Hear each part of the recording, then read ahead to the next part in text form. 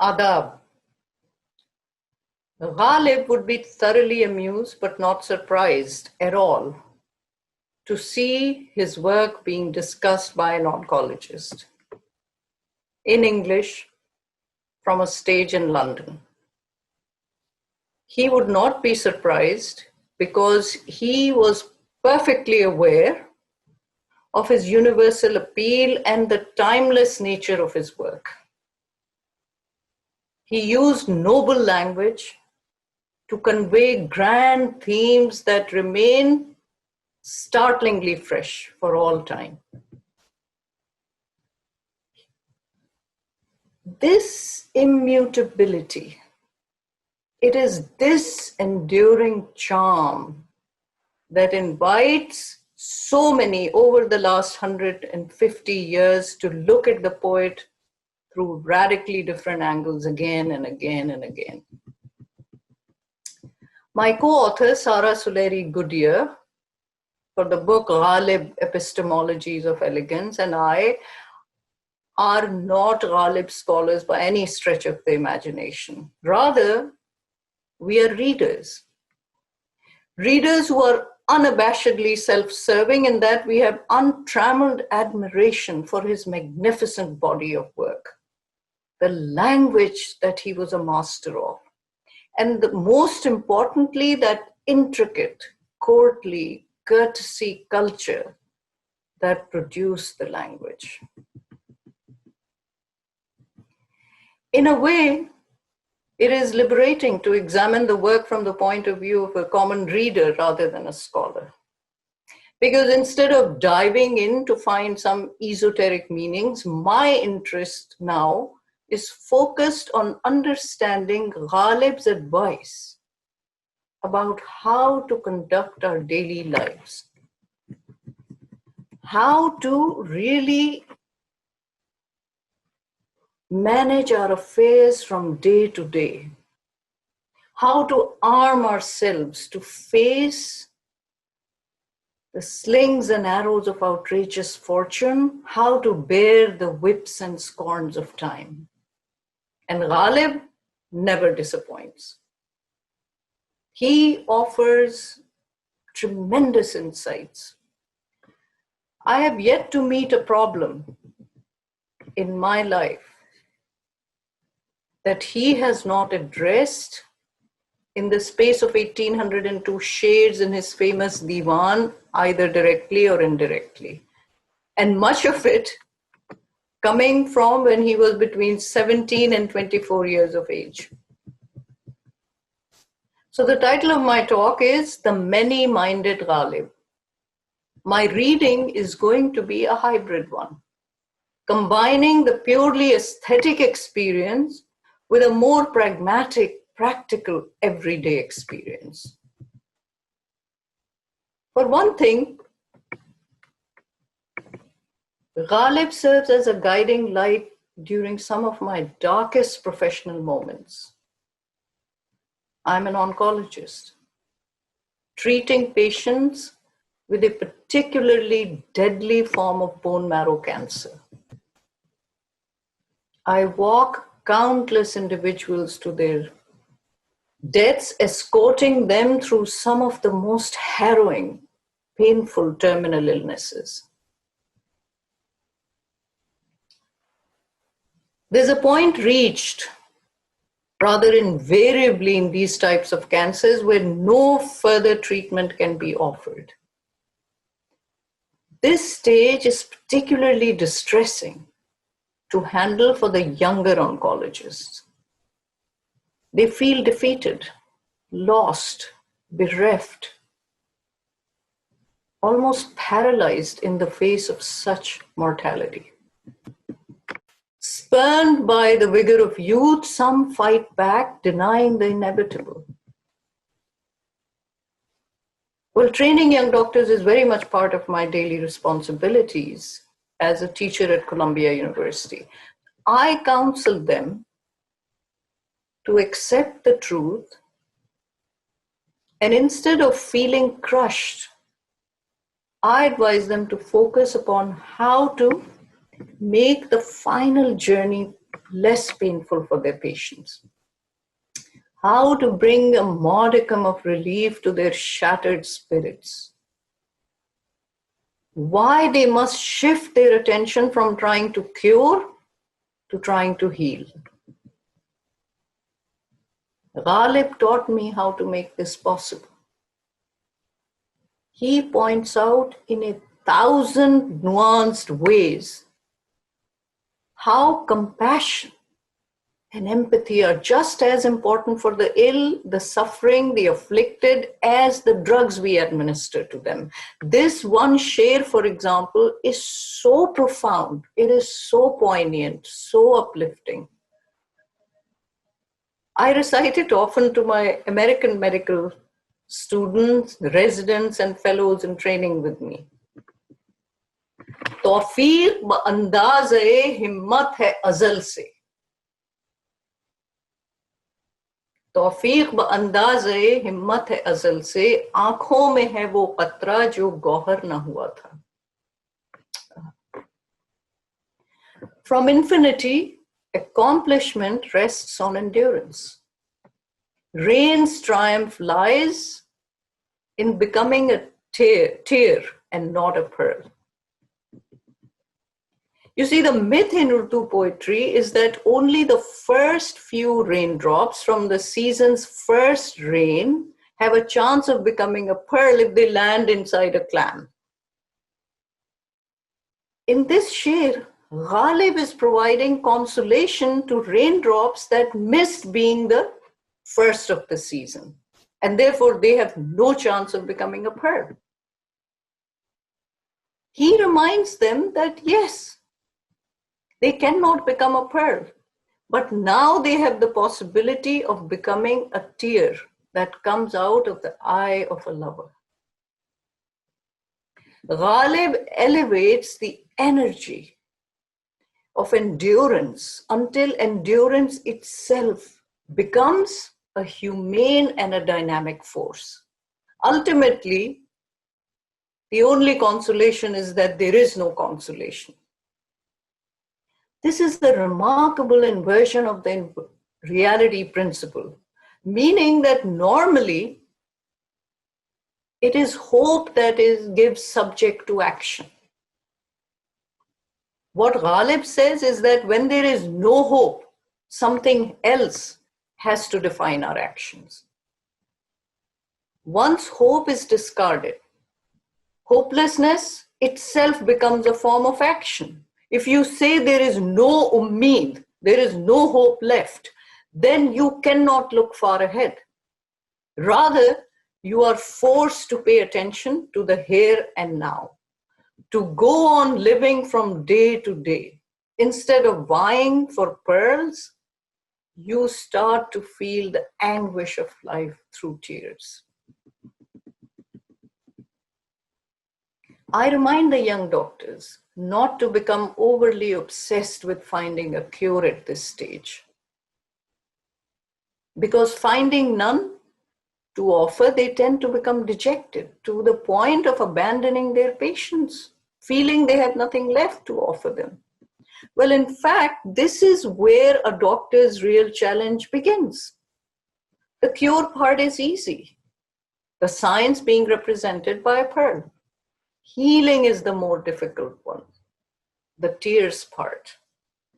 आँखों में है वो कतरा जो गौहर न हुआ था, the one that didn't become a pearl. This one requires ultimate humility. This share through the pearl tear analogy reinforces the idea that in addition to the science of medicine, there is a real art to medicine as well. That warmth and sympathy and understanding can often outweigh a surgeon's knife or a chemist's drug. Emily Dickinson, the great revolutionary American poet, says something similar. Surgeons must be very careful when they test the knife. Surgeons must be very careful when they test the knife, for underneath their fine incision rests the culprit, life. In another gorgeous ghazal, Ghalib points out that even for a prophet, it is easier to cure than to heal. What a subtle difference he makes. Ibn Maryam hua kare koi, are mere dukh ki dawa kare koi. Mary's son may have performed miracles. Who bears the salve for my suffering? This sher invokes a Christ who cannot help ease the poet's suffering. Here, both prophecy and poetry must dissipate when faced with the realities of existence. There are no saviors on the scene other than the poet's language, which is itself highly conscious of its own fragility. This sense of frailty is made even more hypnotic by the fact that Christ, a highly revered prophet in the Islamic tradition, is referred to as Mary's son, Ibn Maryam. The vulnerability implied here suggests that both the poet and the prophet are in need of a healing that is being withheld from them. Mortality is all.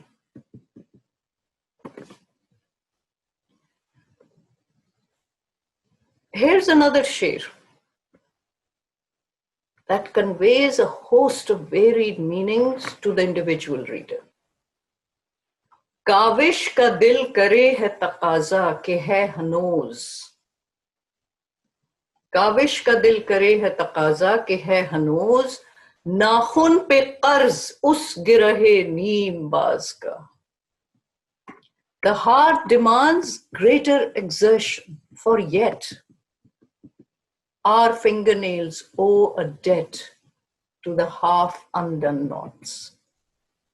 Beautiful. One reading of this sher is a romantic one. Dr. Farman Fatehpuri interprets the half undone knot to be cardiac in nature. The heart is protesting the torment of being left only partially unknotted. Consummation is sought by reminding the nails that they owe a debt to undo the knot completely. वो खलिश कहाँ से होती जो जिगर के पार होता. But in another reading, which seems compatible with an oft-repeated Ghalib refrain, there's a more universal message about what constitutes a meaning life here.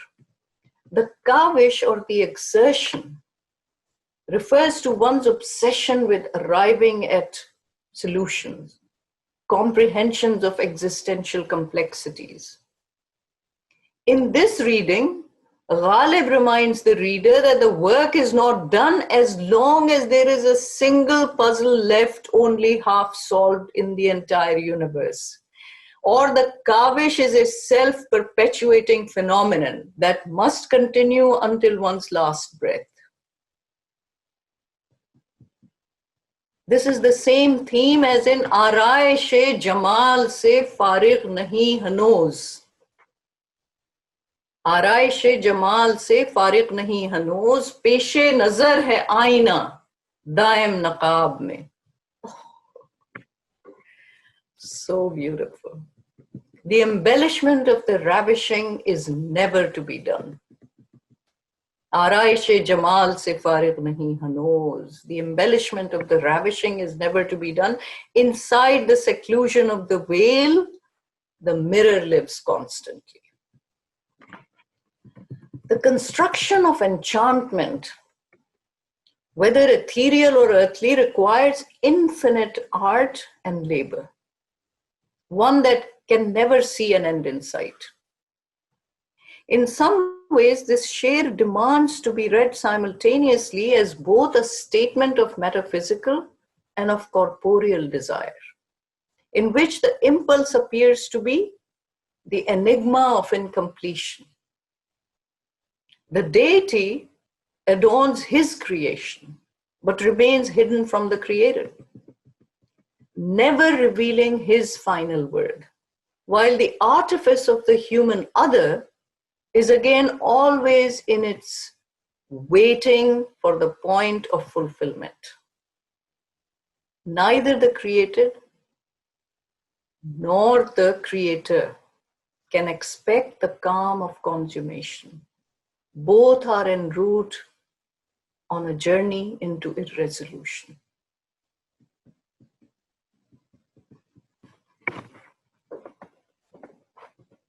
Here's another one of Ghalib's magnificent commentaries on the complex workings of the existential angst of humanity. बे मैं किसे है ताकते आशोबे आगही बे मैं किसे है ताकते आगोश आशोबे आगही खींचा है अज्ज़े हौसला ने खत अयाग का. Who can bear the anguish of awareness without wine? Our capacity, in fact, is what draws the line on the cup.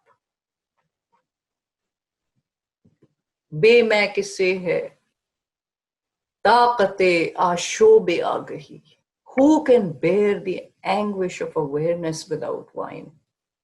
How beautiful is that? Ayah here refers to the cup of wine. Khecha hai, ajze hausle ne khat ayah ka. Khat, of course, line. Ayah is the cup of wine. We need some form of intoxication, bekhudi, some jurate rindana to face the turmoil and the chaos of life. Yet, we hold back on imbibing. We set limits by drawing lines on the cup of wine because we are too weak to engage with abandon. Some interpret this by blaming the saqi instead, who is miserly and measures out the wine that he's giving in small doses. Now, these lines on the wine cup, of course, take us to the apocryphal story of Jamshed, the fourth king in Firdausi's Shahnama. Jamshed is associated with discovery of wine. Legend has it that the king had banished a woman from his harem, and she became so despondent that she tried to commit suicide by drinking from a jar labeled with poison.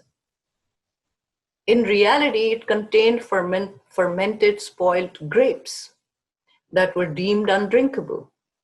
After she swallows the so-called poison, instead of dying, the girl found her spirits soaring. She got so excited, she promptly took this intoxicating discovery to the king. And Jamshed not only accepted her back in his harem, in fact, he decreed that from that day onwards, all the grapes grown in Persia would be devoted to winemaking. Now, Jamshed possessed a special cup, Jam-e-Jamshed. It was said to be filled with an elixir of immortality. And all 7 heavens of the universe could be observed by simply looking into the cup. The whole world was said to be reflected in it. And the cup could reveal the deeper truths. Azra Raza. It is often depicted, in fact, as a crystal ball. The beauty of Urdu ghazal, with its symbolic language, is on full display here. So much is implied without ever actually mentioning anything by name, simply by saying Khat Ayaq Ka. The entire story of Jamshed and Jam-e-Jamshed are implied. Such techniques, when employed by the genius of Ghalib, add layers of complexities, leaving room for several possible interpretations, literally reaching beyond words. Coming back to the sher in question, Khecha hai ajze hausle ne khat ayab ka. I want to point out how Ghalib's poetry depicts an aching eroticism that veers between addressing an earthly versus a divine beloved with remarkable impunity. In the end, His essential message remains one of deep compassion. And yes, rather similar to Dante's in the Divine Comedy, that it is love that makes the universe go round. Ghalib adds to Dante by saying that there's only one real way to drink from the cup of love, with abandon. And of course, the conceit here is that Ghalib possesses that abandon. Since in another ghazal, the wine bearer is heard lamenting his absence in these words. कौन होता है हरीफे मैं मर्दफकन इश्क. Such a beautiful ghazal. कौन होता है हरीफे मैं मर्दफकन इश्क है मुकर्रर लबे साकी पे सला मेरे बाद बारे आराम से हैं अहले जफा मेरे बाद. Who remains a challenger for the fatal intoxicant of love? The wine bearer repeats that invitation to imbibe in my aftermath, mere baad.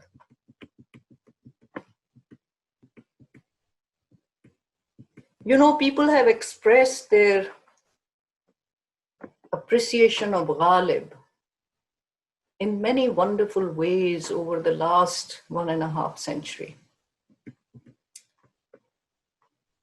I want to end with one deeply moving manifestation of profound love for the poet.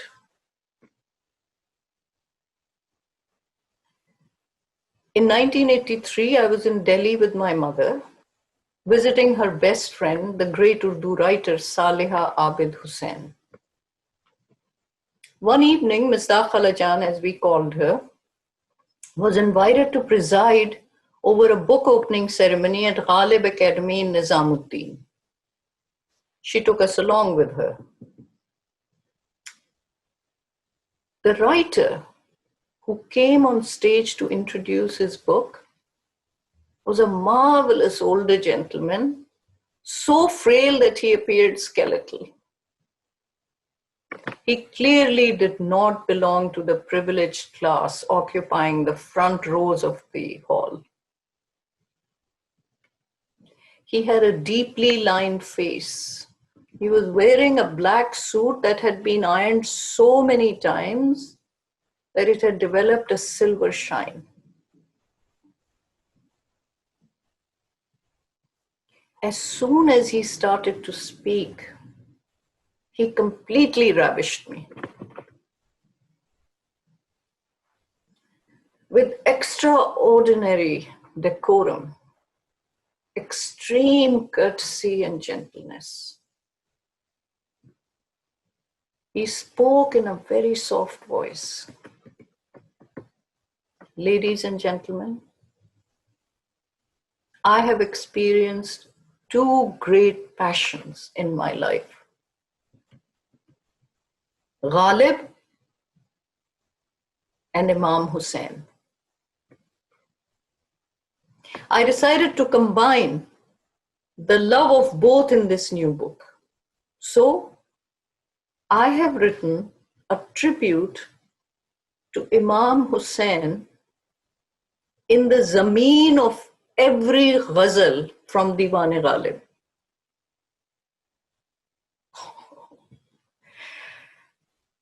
Ah ko chahiye kumr asar hone tak. Noha, I have written in this zameen.